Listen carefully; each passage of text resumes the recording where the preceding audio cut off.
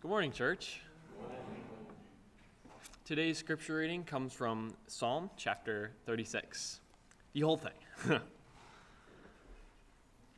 I have a message from God in my heart concerning the sinfulness of the wicked.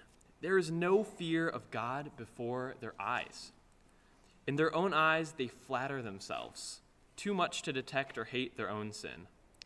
The words of their mouths are wicked and deceitful. They fail to act wisely or do good. Even on their beds they plot evil. They commit themselves to a sinful course and do not reject what is wrong. Your love, Lord, reaches to the heavens, your faithfulness to the skies. Your righteousness is like the highest mountains, your justice like the great deep.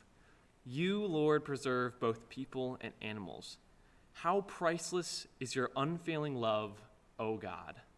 People take refuge in the shadow of your wings. They feast on the abundance of your house. You give them drink from your river of delight, for with you is the fountain of life. In your light we see light. Continue your love to those who know you, your righteousness to the upright in heart. May the foot of the proud not come against me, nor the hand of the wicked drive me away. See how the evildoers lie fallen, thrown down, not able to rise.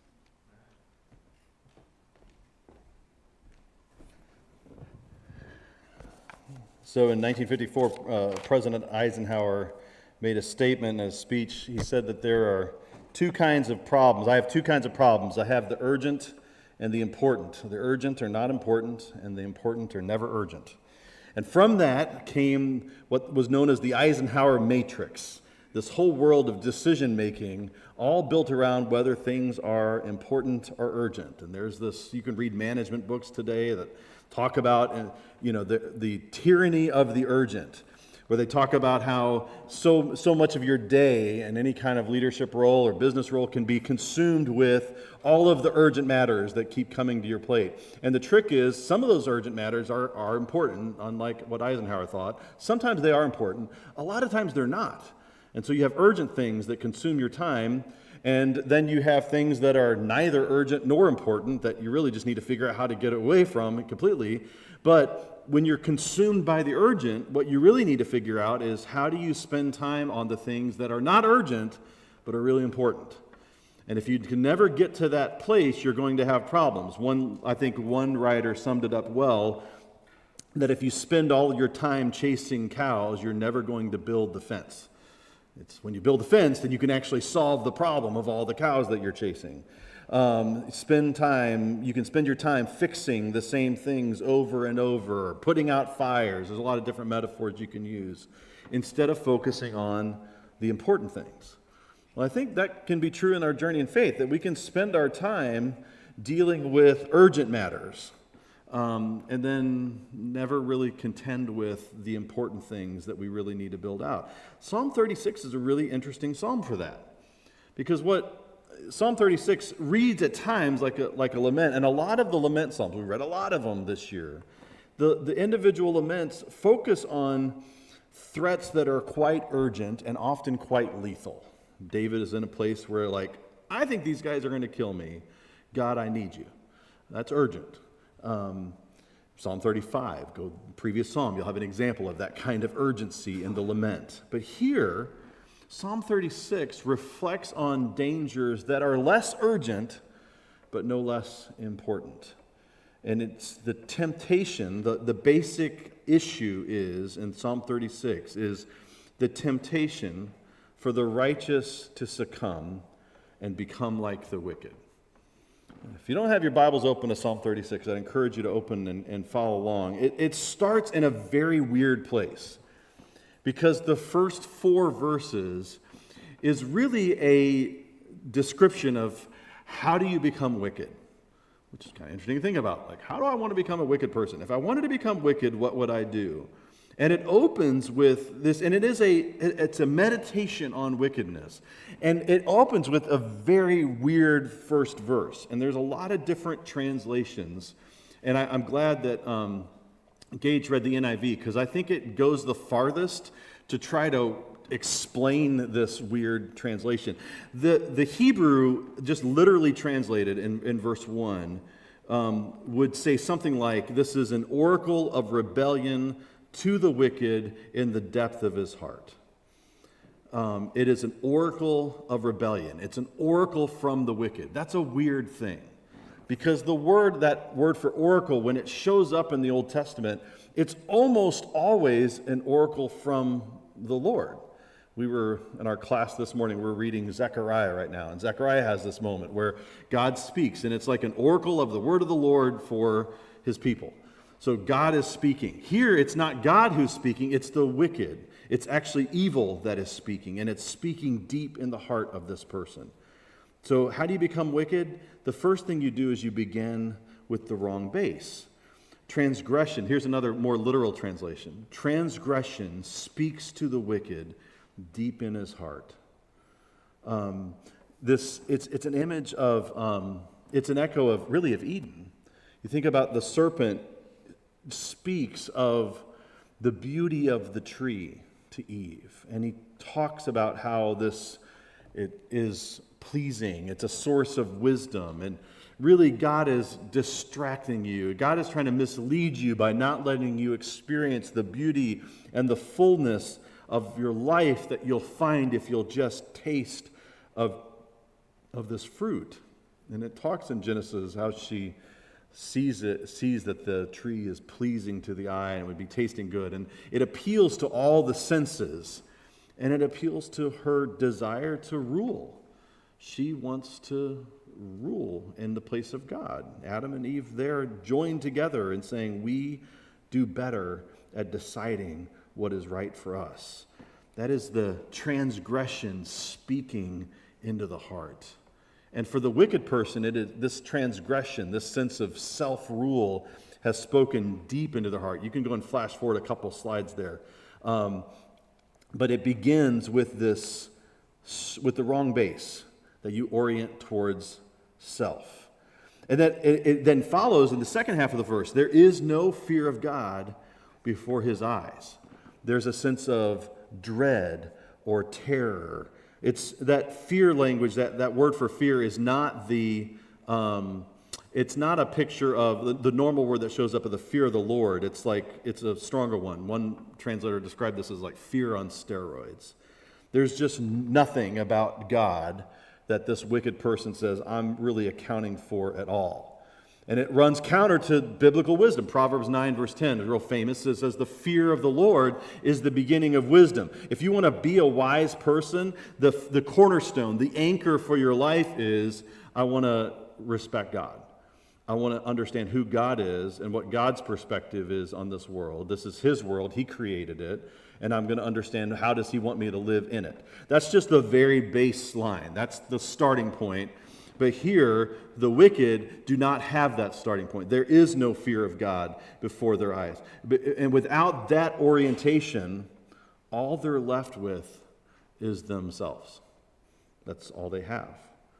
And that's a scary thing. In Genesis 20, Abraham lies about Sarah being his wife because he's around these people. And they ask, well, why were you doing that? And he says, because there is no fear of God in this place. And because there's no fear of God in this place, Abraham's fear was that they would kill him. Now, he was wrong on that. It's not that they might have wanted to kill him, but God had said, I'm going to protect her, so he needed to trust God. So it was not a great moment for Abraham. But there's that basic understanding. If I'm in a place and there's no fear of God in this place, I probably need to be getting out of that place. It's a dangerous place to be. There's nothing left. What can I do if I'm around people that do not have the fear of God? So you begin with the wrong base. They've started, instead of with fear of God, they've started with themselves. And that's the transgression that's spoken in their heart. And then the second step is then if once you've got the wrong base, then you imagine that you are a moral island. Verse 2 talks about it this way, for he flatters himself in his own eyes that his iniquity cannot be found out and hated. He flatters himself. It literally in the Hebrew, he's smoothing himself. He's smoothing over who he is. In his eyes, he's in the right. In his eyes, he's doing the right thing. But what he's doing, he's flattering himself that his iniquity cannot be found out and hated. He's setting himself up as an autonomous standard. He lives his life, the wicked person here, the wicked man, according to what seems good to him. That's the basis of what he does. How does he orient his life? Well, if it seems good to me, then I'm going to do it. You know, the old classic excuse. As one comedian once said, it's the excuse that you could use for anything in life. It seemed like a good idea at the time. You can get away with it. But the problem is what you've done is you said, at that moment, I'm deciding for myself. And really the trick is, this is the lack of the fear of God. The second half of verse 2 is what he's doing. And that is he's saying he believes that he won't be found out or held accountable. His iniquity cannot be found out and hated. So setting himself up as a moral island, you're going to just say, I'm going to do what I want to do, and I don't think anyone's ever going to know about this, and no one's going to hold me accountable. That's a bad combination. And then having laid all that foundation, then the third step is simply to give yourself over to the evil that's there in your heart. Verse 3 and 4, the words of his mouth are trouble and deceit. He has ceased to act wisely and do good. He plots trouble while on his bed. He sets himself in a way that is not good. He does not reject evil. It's this kind of descent that happens, and it begins with the words of his mouth. Why is he talking about the words of this person's mouth? Because the mouth is a reflection of the heart. It's one of the reasons why we actually should strive to control the tongue, to deal with what's coming out of our mouth. Whether you're talking about like profanity or cursing or just being, sarcastic in everything or, vicious with people or always mean-spirited in what you're saying, like we got to watch that. And we live in a culture that doesn't really help us be held accountable on that. We have a very nasty dialogue in our world around us. And I'm sure if you paid attention to any election coverage this week, you've got a lot of dose of that, the way that we just speak poorly of one another. And the reason why we would control the tongue, because taming the tongue is a way of training the heart. That as we learn to control the tongue, we're actually thinking about who we essentially are. The mouth is an expression of what's in us. And here, this wicked man in these verses is giving himself over to evil. And so it dominates both his words and then ultimately his actions. And that's verse 4. He's plotting trouble. He's scheming in his heart. All that he does is bent towards himself. And I think that's the key that I want you to notice is how much this kind of description of wickedness in the first 4 verses is this picture of a person who's valued independence, they valued autonomy, and that value of independence and autonomy becomes this easy path to wickedness. And that's the culture we live in, folks. Our culture of values, the philosophical term for it is expressive individualism, but let's talk about individualism. That's our culture, that we're just living and breathing. We are the fish in the water of individualism, where we are said we're just supposed to just, do what we want and be ourselves and be free and free from restraint. And freedom from is this vibe of our culture. And so this culture we live in is leading us along kind of the third rail of individualism that from the biblical perspective in these 4 verses is the easy path into wickedness. Because it's one thing to say I want to be independent from government overreach, or I want to be independent from tyrannical control.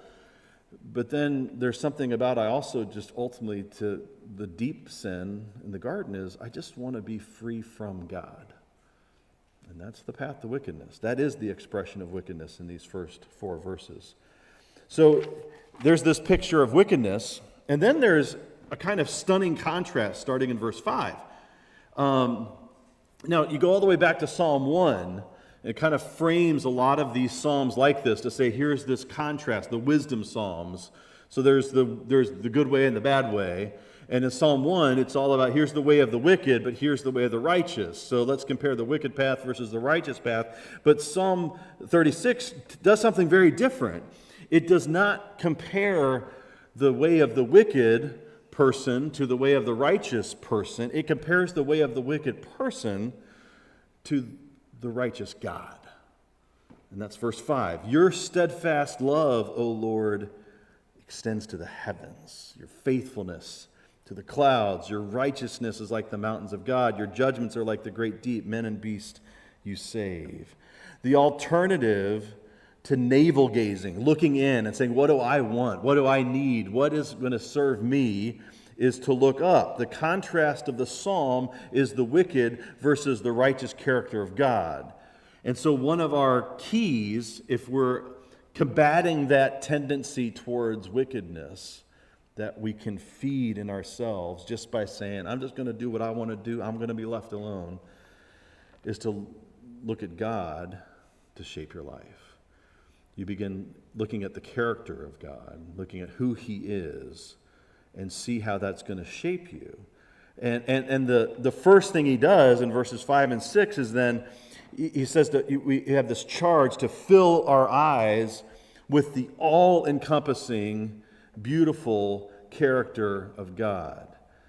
Look at 5 and 6. It's your steadfast love. There's that big word that shows up a lot. The word is hesed. And it's hard to translate. Steadfast love is a common one. Covenant love is another. One that I think one scholar translated this psalm is the unfailing love. And his argument was it's certainly an expression of hesed, but that's the beat of Psalm 36. God's love does not fail. It never fails. But you have His hesed, His unfailing love, His covenant love. But it's the reach of that. And it's that love that is extending throughout all creation. You notice the descent from verse 5 and 6. There's His love extends to the heavens, and His faithfulness to the clouds, and His righteousness like the mountains of God. And that mountains of God is kind of a phrase a lot of folks will say. It just means it's like the highest mountain, which I think some of your translations actually use that phrase. It's the highest mountains, and His judgments are there in the great deep. It's a descent of His glory that's expressed over and through all of creation. And it's His steadfast love, and then His faithfulness, and then His righteousness, and then His judgments or His justice. He is faithful to His word. He's faithful to His love, and thus you can trust Him. He tells you what He's about. He says, this is what I love. This is what I'm pursuing, and He's consistent with that. He is unfailing in that love. That's why that translator translated as unfailing love here. But the character of God is revealed in the very structure of the universe. As one writer puts it, it's that God's love is baked into the warp and the woof of the universe. It's there. So you want to see God's love, His faithfulness, His righteousness, His justice, you just step into the creation. You go for a walk. You go out in the woods. You go here to the park. Like you go anywhere and you look at creation and you are seeing a testimony of His character built into that structure. He is both, in these two verses, both sovereign over the entire universe and fully present in it. And so David expresses his trust in God here by praising Him for His essential character. And he can look at the way of the wicked, and then he can just look at creation and say, I see who God is. This character, the all-encompassing, beautiful character of God that's witnessed to in the universe. And then from there, he's then thinking about this, the preciousness of that. Verse 7, how precious is your steadfast love, your unfailing love, your hesed, O God. The children of mankind take refuge in the shadow of your wings. They feast on the abundance of your house, and you give them drink from the river of your delights. For with you is the fountain of light, in your light do we see light. There's a lot here that we could unpack, but the key is that we then follow His lead to find life in Him.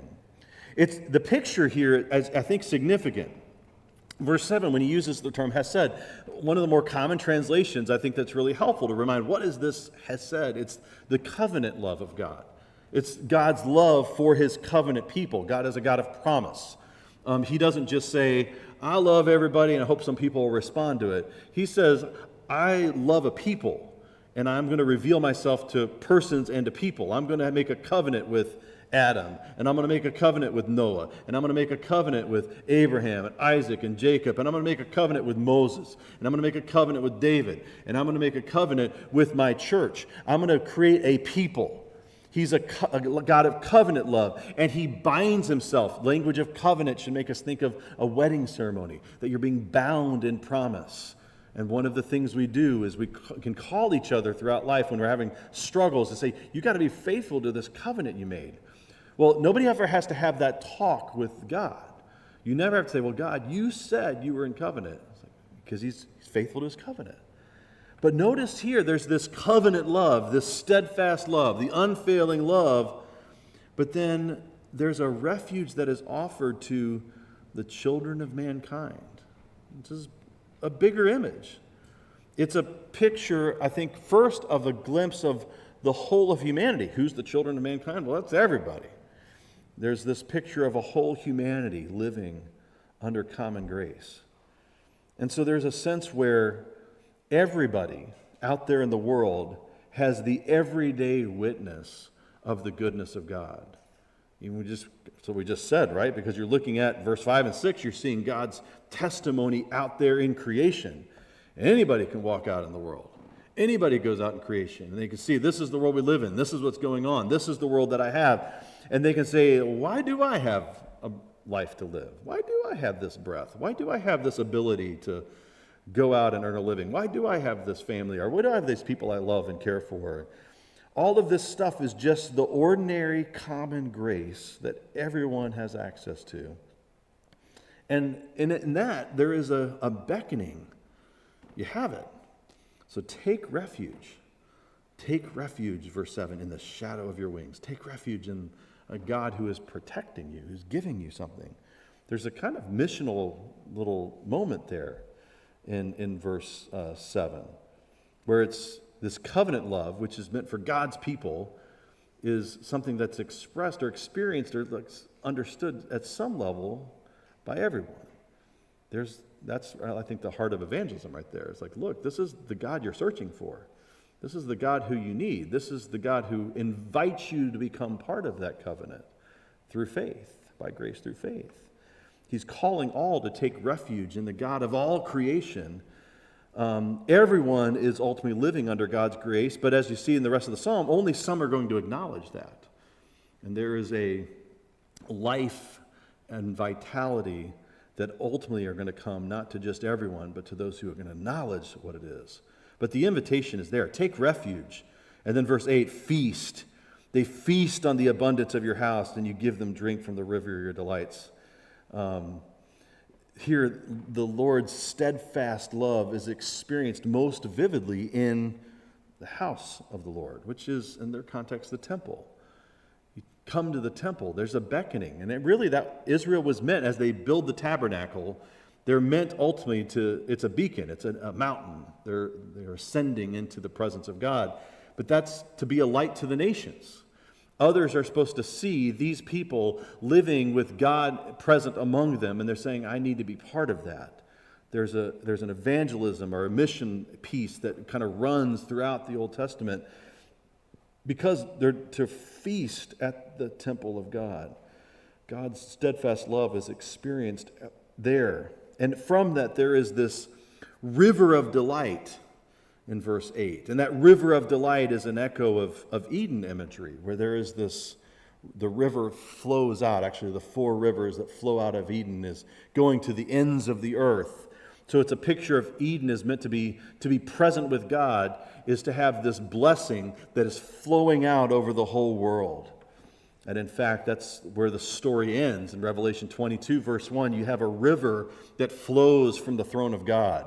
It's a river of life life is coming from the presence of God, from the rule of God, and into the life that is our source of life that we're drawing on day in and day out. It's God, and God's rule is the source of life for all people.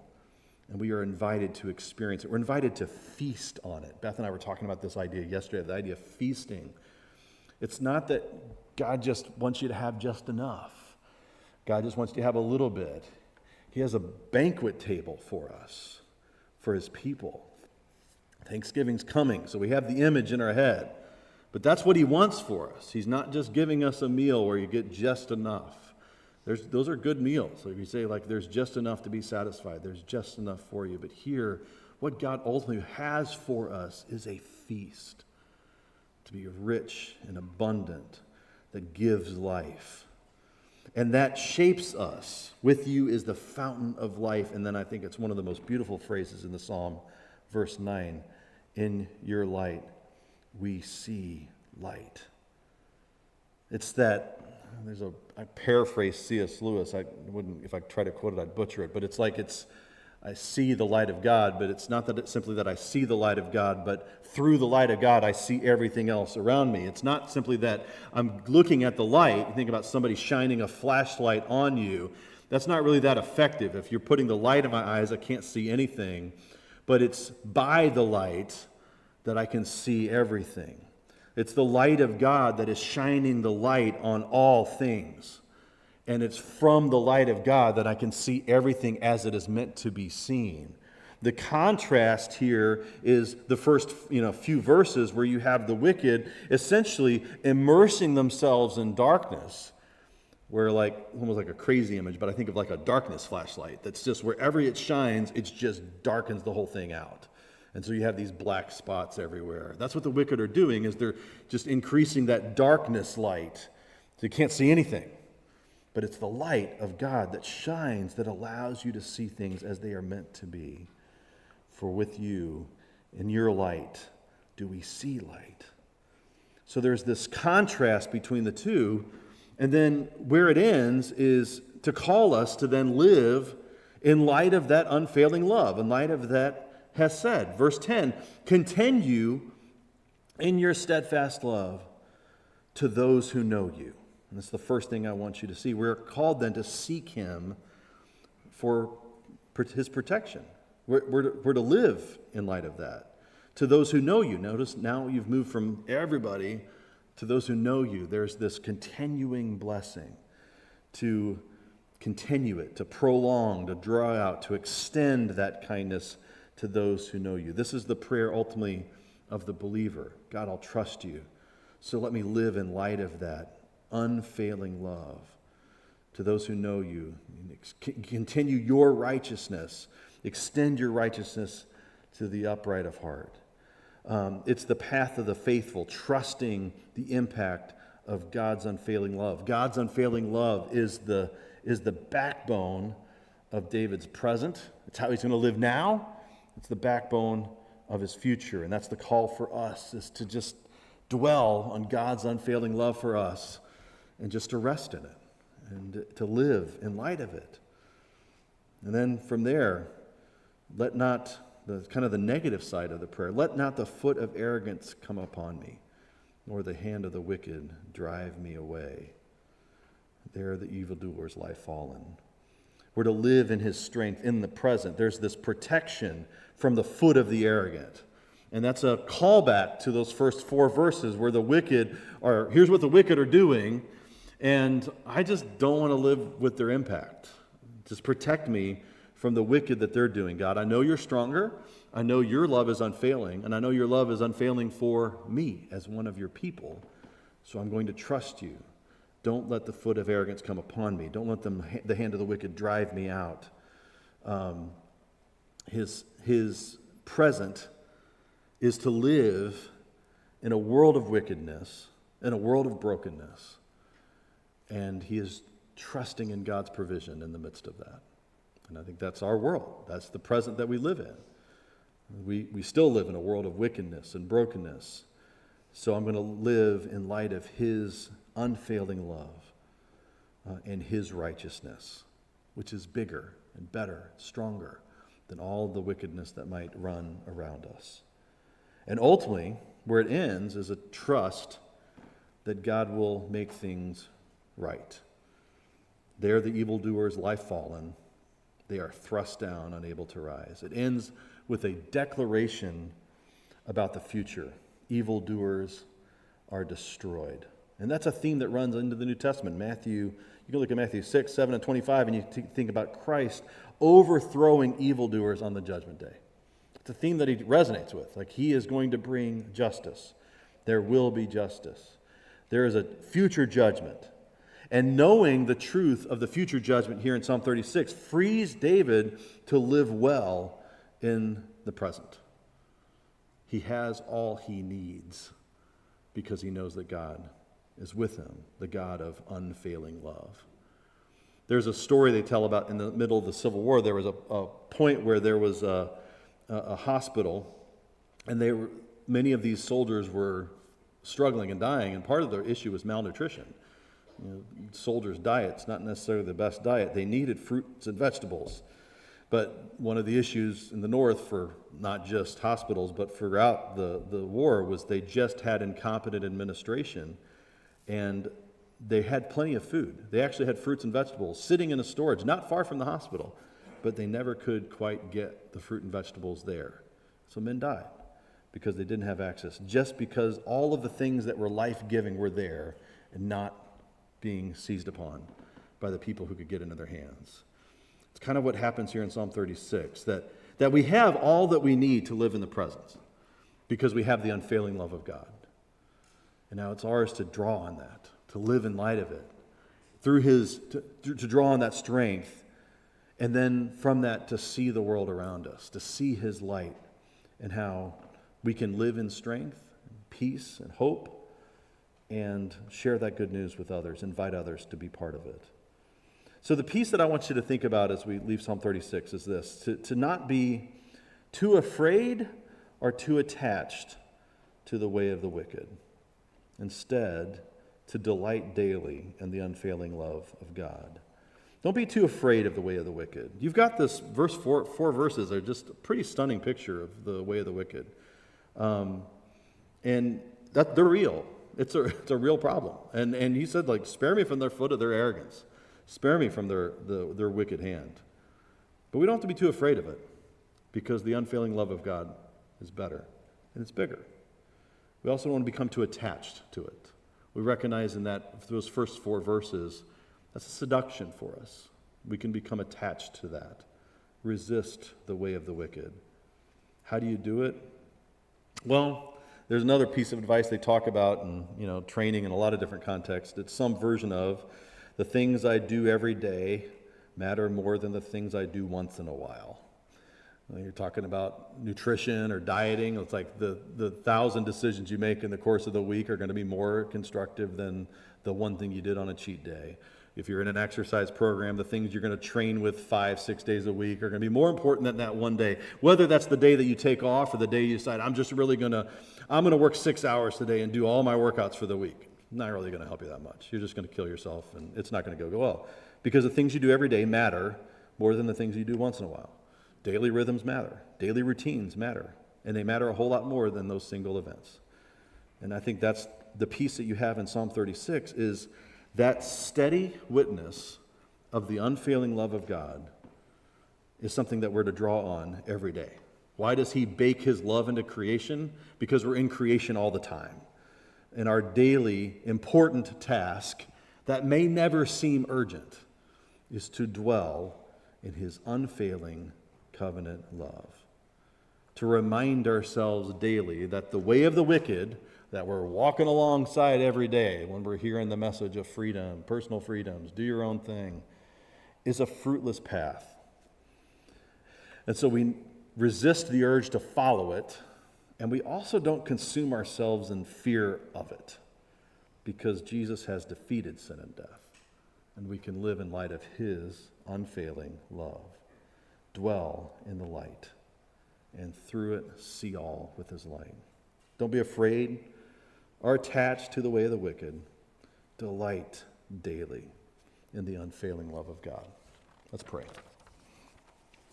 God, I ask for your grace. I ask for those of us who are finding ourselves drawn to wicked paths around us, God, help us to see the fruitlessness of the path. For those who can't see it, God, give us eyes to see the light. Give us eyes to see the path. I pray for those here who do not know you, that they can see the fruitless path of trying to live without you. And God, I pray that your unfailing love will be our source of joy, hope, delight each and every day. Guide us in your unfailing love. In Jesus' name, amen. If we can help in any way, please come while we stand and sing.